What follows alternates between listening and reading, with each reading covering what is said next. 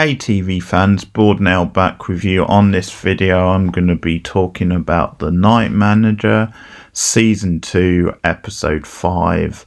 And sorry for the lateness of this review, the finale is pretty much out as I record this, so I'll be returning soon with a video on the finale. And full spoilers from the start of this review. Just to say before I start, if you like this video and want to hear more of me talking about this kind of stuff, then please like it. Also subscribe if you're new to the channel and comment down below what you think of the episode or some of the points I made. So last week's was a little bit more of a middling episode, I thought, outside of the Roper stuff. But good news is this one's a real belter. Like, it's one of the best episodes of the season. It's probably close between this and episode 3 for the best episode of the season. So it gets things right back on track, and it's a really good setup for next week's finale. So there's only really one place to start, and that is the dramatic meeting of Roper and Pine. They agreed to have dinner at one of Roper's restaurants, and it's just a really good scene because the actors have really good chemistry. The dynamic between the two, as it was in season 1, it is very engrossing and fun to watch. And some great dialogue, some great back and forth. Sometimes some of the most engrossing scenes are a simple meeting across dinner between two adversaries, but also adversaries who kind of have like a begrudging respect for each other, and that's what we have here. And I'm a bit of a sucker for that kind of scene, I've got to say. I think the fact that these two characters, like, definitely they're completely opposed, because when Roper's trying to pay Pine off at one point during the scene, I think because of the drama of the show and where it's leading, and ultimately he's the guy who's going to try and bring Roper down. I think he's not going to go for it, but it just speaks to the character of Pine that he does take the high road. But it does add this extra layer. Then there is like a begrudging respect and some of the things they're talking about. So it's a really simple but effective scene. And I'll just go through some of the main stuff that I like, because there's some great dialogue and some great, I don't know, just the way Roper's talking about how blood red wine, that stuff, it's almost like he uses it in quite a threatening way. And I think that's something Laurie does really well, where he's very good at delivering this rich dialogue where there's almost a veiled sort of threat. Like, it's just the sort of language where sometimes it can come off a bit clunky if it's like poorly written, but I think because you believe this is the sort of thing this character would say, and the actor does such a good job, it just works so well in the scene. And I like the drama or the tension of, like, I could have you killed at any moment because I own the restaurant. And I like the touch about Pine saying that's why I chose this restaurant. So it's almost like this good faith idea. It's this idea of a concession where he's probably only going to agree to meet me if it's at one of his restaurants, if he feels like he holds all the cards. And I think that's one of the big tension and beauty of the scene, is that Roper's wondering to himself, well, seemingly I hold all the cards, so what's he up to? Like, why would he agree to this meeting? This seems very risky. So you have that in the background, but that's almost under the surface. Like, the way the scene plays out is it's like a back and forth between these characters who at this point have quite a long history and are reuniting under very different circumstances. Another thing that I enjoyed was Roper defending Angela about her actions, because Roper or Pine, basically dismisses her as a coward. So that's a good way to sell he's still a little pissed at Angela. Now, she does have a small cameo in the episode, like she's involved in the Basil side of the plot, but just a small part once again. I'm assuming maybe we might get a bigger appearance next week from Angela. But Roper does defend her in his own way. Like, he has this line about, that's a bit harsh, she made a calculated decision. So there's almost an irony there. Then as the villain, he's the one defending her. Maybe because she played ball and it doesn't affect him at this point. But that was an interesting little exchange. And you have this stuff where they're both offering things, and it's almost like a card game. Like, will the other one fold? Will the other one call the other one's bluff almost? Because I think that's partly what Pine is hoping. Then he will be able to like outwit Roper, or like just maybe make him believe he holds more cards than he actually does. But yeah, as I said, the drama is partly what does Pine really have on him. So it's more sort of gripping, I think, and more intriguing, the fact that the villain seemingly holds all the cards, and it really adds to Roper as a villain in the scene. That's what makes the cliffhanger, I think, with Roxana even better, and I'll talk about that in a moment. Pine getting Martin to record the conversation makes perfect sense and is the big thing up his sleeve, of course.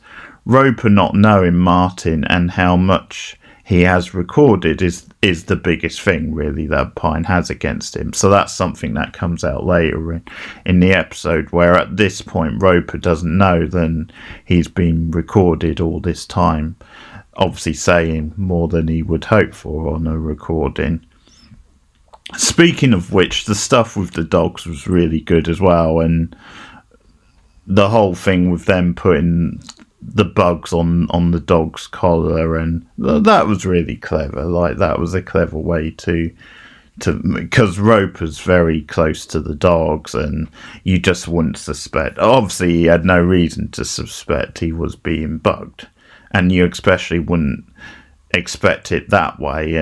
But the ruthless scene later, where he's, as much as he seems to love the dogs and does mourn them afterwards, it's all about the bigger picture in his mind, and he kills the dog just to eliminate that risk of it happening again. So a very interesting character drama with Roper this episode. It almost speaks volumes, that scene, but it does add more layers to the character, I think. So with the Roxana twist, or the cliffhanger at the end, it's not really a twist, because at one point in the episode, her, Pine, and the driver from last week, they go to her parents' place, who are now no longer around, deceased, and she's a little bit upset because he's basically saying, I can't offer you the immunity which I once could, because I'm out here on my own now. Like, no, this is unofficial and we're basically on the run. And I think she makes a good point. Then he did, at least up to a point, use her for the purpose of the mission. And he's pretty honest about that when she calls him out on this. He still hits back a little and says, well, it was always about yourself and all that stuff. But I think she definitely has a point, and it's the sort of thing where, looking at some of these old spy shows, or when you think about the James Bond films, it's not a big deal because those films are mostly entertainment and things like that. But it does bring up some of the more questionable methods of some spies, where they will engage in a relationship with someone, or they will use someone for their purposes without maybe being totally honest about what their intentions are. And it's not always on the level, and maybe sometimes you can argue that's justified, and that's the point of spying, and maybe it is for the greater good in this, but that doesn't always justify it. So I think there is some truth to what Roxana says in that scene. I think she comes off a little bit selfish in the sense that she's criticising, well, can we really trust the driver? And I mean, she's got no reason to necessarily question that one way or the other. Like, the driver is a young kid who has been pulled out of quite an extreme situation which wasn't of his doing. So that's probably not really Roxana's place to be saying that. But what happens is Pine goes off and it leads to all this later stuff. So he never really returns, and you get scenes of her at the house where she's getting a little bit bored and starting to think, well, is he actually going to come back? And once again, this is where the trust issue comes in, where has he left me out to dry? Hung me out to dry is the expression, left me out to dry. So the big thing at the end of the episode is, because when he has the meeting with Roper, Roxana, apart from the fact that he's recording Pine, which Pine finds out, or Roper finds out later, the big thing that Pine threatens Roper with is, I've got this witness, Roxana, who's willing to turn states and testify and all the rest of it. So when they leave the meeting and go their separate way, and Pine knows that he's being watched, Roper is like, well, I want to talk to the scout. I want to make sure what he's saying is true, and I want to make sure she's not a threat. And that's kind of the cliffhanger of the episode, is that they make contact and she agrees to meet with him, and she comes in, and the way it plays is then Pine has been so long, and she's starting to doubt if she can really trust him. So she willingly goes to Roper, and the end line is fun as well, because when he mentions Pine's real name, it's like, oh, so that's what he's really called. But yeah, Roper basically gets quite threatening towards her and says, if you tell me everything you know, then there's not a problem. I want to know who Pine is. I want to know what his plans are. I mean, he knows who Pine is, but I want to know what his plans are. And I want to know everything. What do you have on me when it comes to the Teddy stuff and all the rest of it? And so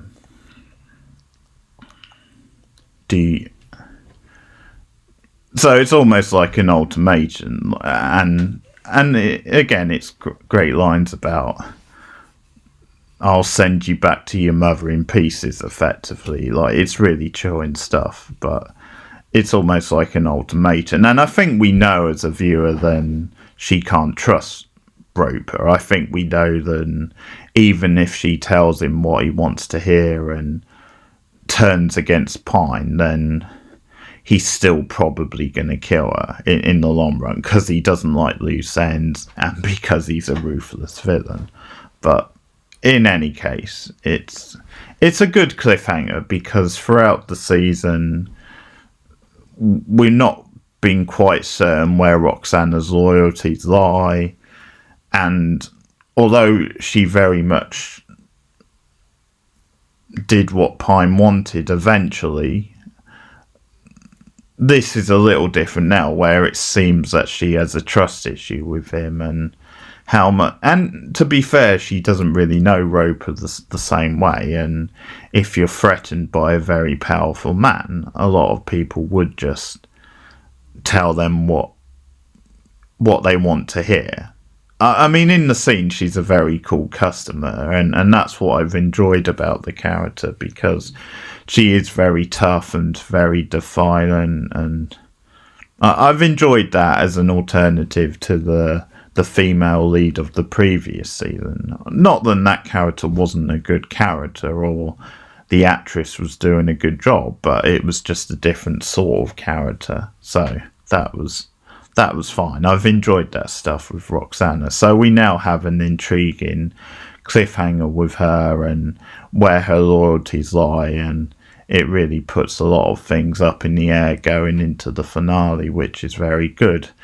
Because, I mean, she might be setting Roper up. We don't know exactly. Like, maybe she made a secret phone call to Pine, which we haven't seen. Like, maybe they're working together on this. That's definitely a possibility. Or maybe she's in control more than we think she may be. We'll see in the finale, but I did think that stuff was well done. So the next thing to talk about is Teddy's face turn, to use a wrestling term.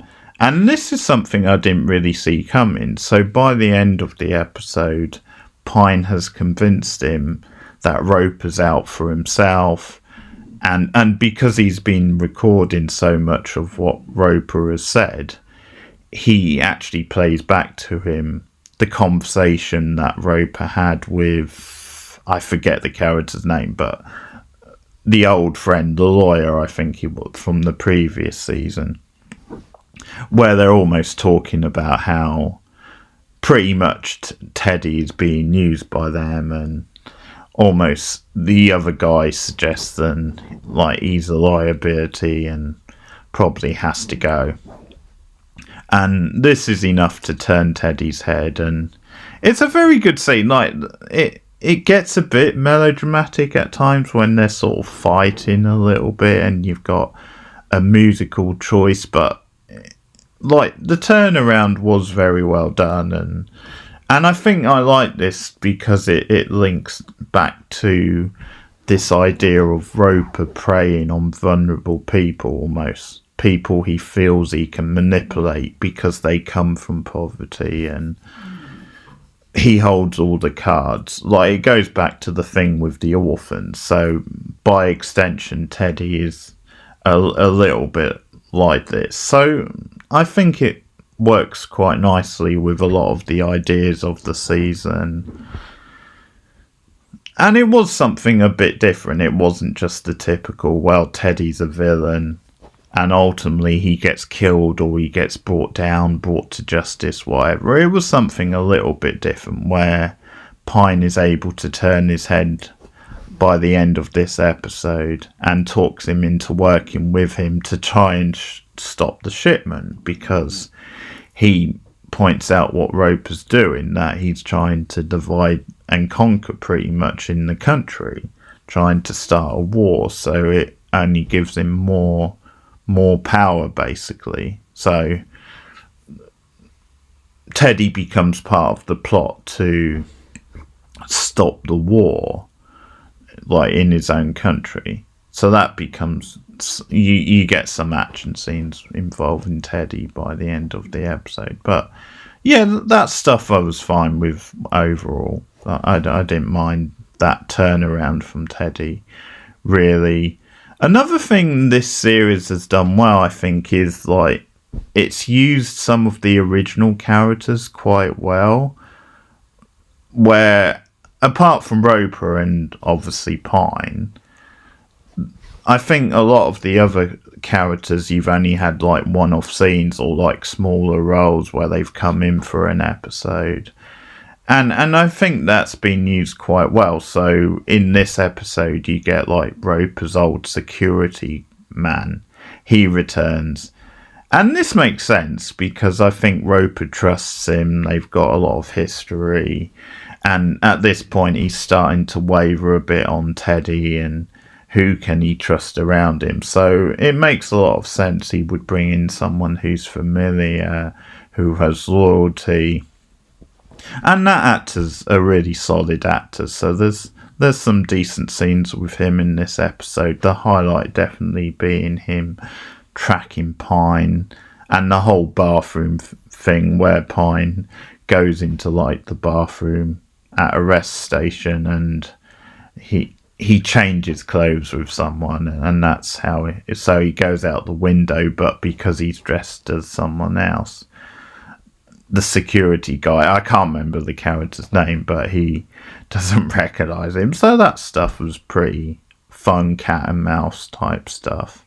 So they've used the cameos quite well this season.